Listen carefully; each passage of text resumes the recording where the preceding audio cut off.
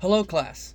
So, as we discuss our topics that we chose to do our research projects on, I'm going to be discussing in my research project uh, St. Elizabeth Ann Seton, also known as St. Mother Ann Seton.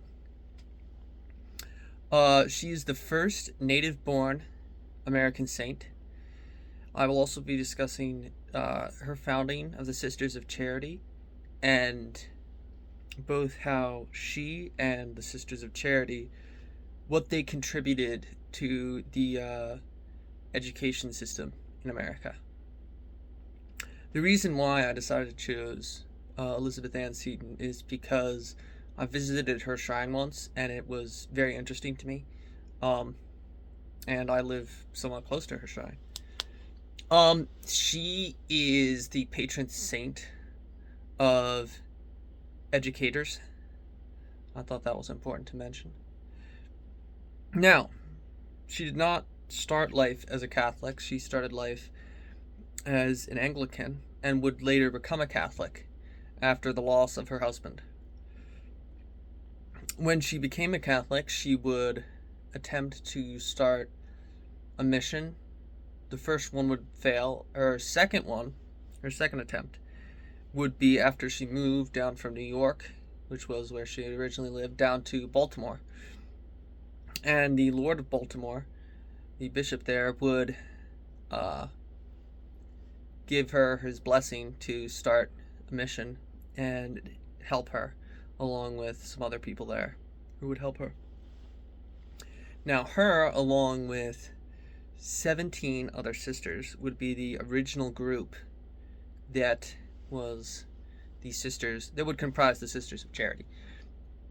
Now, this group would, after getting its organization done and getting the first couple of people into a school in Baltimore, would move locations from Baltimore after about a year up to Emmitsburg, and that's about 40 miles, and they walked that way. They walked that whole distance.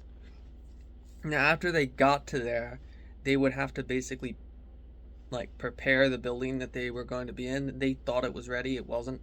So a person let them live in a building nearby while they prepared the school.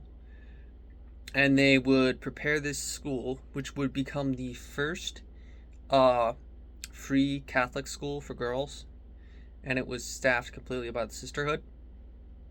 Now, an interesting thing I found when researching Saint Mother Seton and her Sisters of Charity is that they dedicated themselves to starting a lot of schools for the poor, the orphaned, immigrants, women, a lot of people who would not normally receive education in America, in early America. They didn't have options for that type of education. So St. Mother Seton decided that this group needs to be educated, and if we can do that as Catholics, we'll open up a lot more people to the Catholic faith. And so she would do that, and then she helped establish a lot of the foundations for what would become the private Catholic schools of the modern day.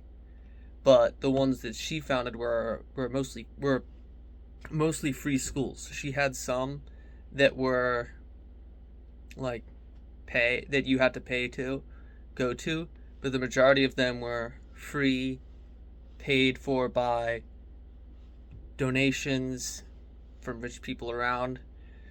They did a lot of work collecting charity to try and keep these schools opened.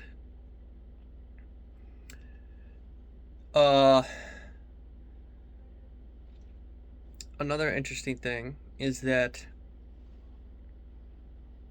these schools that they would found, they would oftentimes Catholic schools in this day would be attached to a parish, so kids from that parish or that church would get preferential treatment. Those would be the kids that got into the school. That was not so with a lot of the schools started by the Sisters of Charity. They made it so we're going to have these as independent schools, so that way we can get anyone. And they had a lot wider reaching contact, or wider reaching appeal due to that. Thank you for listening to my talk.